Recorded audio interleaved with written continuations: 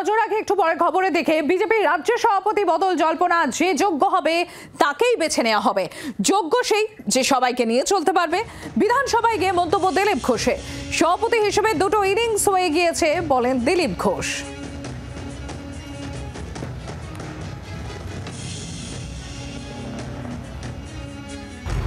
সবসময় অভিজ্ঞতা তো থাকবেই, কিন্তু নতুন মুখ কিনা আমি জানি না। যোগ্য হবে যে সবাইকে নিয়ে লড়াই করে বাংলায় পরিবর্তন করবে, সেরকম নেতাকে আমরা বাঁচবো। বিজেপি বিধায়ক শ্রেয়সী গঙ্গোপাধ্যায় আমাদের প্রতিনিধি রয়েছেন আমাদের সঙ্গে। শ্রেয়সী, দুটো ইনিংস ইতিমধ্যেই রাজ্য সভাপতি হিসেবে তার হয়ে গিয়েছে এবং তিনি বলছেন যে যোগ্য হবে তাকেই বেছে নেওয়া হবে। কিসের ইঙ্গিত? দেখো, এক্ষেত্রে আজকে দিলীপ ঘোষকে তাকে সরাসরি তিনি আজকে বিধানসভায় এসেছিলেন। সেক্ষেত্রে শুভেন্দু অধিকারী সঙ্গে তিনি ইচ্ছা প্রকাশ করেছিলেন যে তিনি বিধানসভায় আসতে চান। শুভেন্দু অধিকারী তাকে আজকের দিনের কথা বলেন এবং সেই অনুযায়ী তিনি বিধানসভায় আসেন।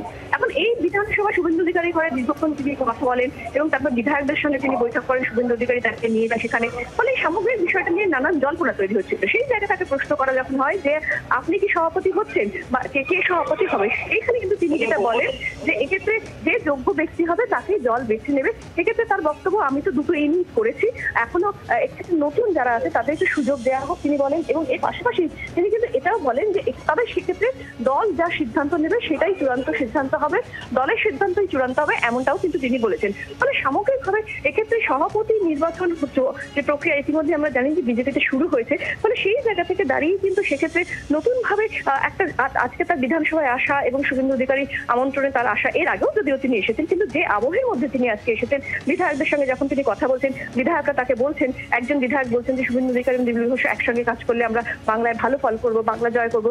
এই ধরনের পরিস্থিতির মধ্যেই কিন্তু তার যে এই বক্তব্য, সেই বক্তব্য কিন্তু তাৎপর্যপূর্ণ। শ্রেয়সী, তুমি আমাদের সঙ্গে থাকো। দিলীপ ঘোষ আরো কি বলেছেন শোনাবো আপনাদের।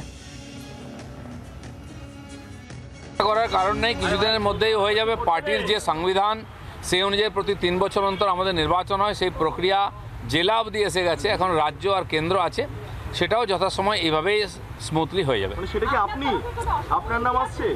আমি তো আমার ইনিংস শেষ করে দিয়েছি, দুবার ছিলাম, তো নতুন লোকের কথা ভাবা উচিত। বাকি তো যারা চিন্তাভাবনা করছেন তার জন্য কমিটি আছে, রিটার্নিং অফিসার আছেন। যে সাংবিধানিক যে গণতান্ত্রিক পদ্ধতি, তার মাধ্যমেই যোগ্য ব্যক্তিকে চয়ন করা হবে। বিধানসভায় মুখোমুখি দিলীপ ঘোষ, শুভেন্দু অধিকারী। বিজেপি বিধায়কদের সঙ্গে বৈঠক। দিলীপ শুভেন্দু এক হয়ে লড়ুন, বৈঠকে প্রস্তাব উত্তরবঙ্গের এক বিজেপি বিধায়কের। আমরা একসঙ্গেই আছি, এমনই প্রতিক্রিয়া দিলীপ ঘোষ, শুভেন্দু অধিকারী। শ্রেয়সী আমাদের সঙ্গে রয়েছেন অলরেডি। শ্রেয়সী, এখানে এই যে একসঙ্গে লড়ার প্রস্তাব দিলীপ এবং শুভেন্দুর এবং উত্তরবঙ্গের এক বিজেপি বিধায়কের তরফ থেকে, এবং তার প্রেক্ষিতে এদের প্রতিক্রিয়া হচ্ছে দিলীপ ঘোষ এবং শুভেন্দু অধিকারী যে তারা একসঙ্গেই আছেন, এটা কতটা তাৎপর্যপূর্ণ এই মুহূর্তে দাঁড়িয়ে?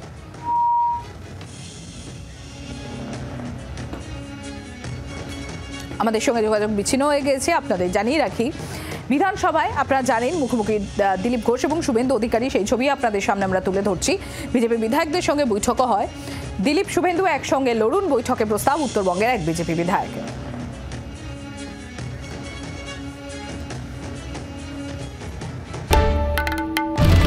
বাংলার আওয়াজ, বাঙালির আবেগ, জি 24 ঘন্টা।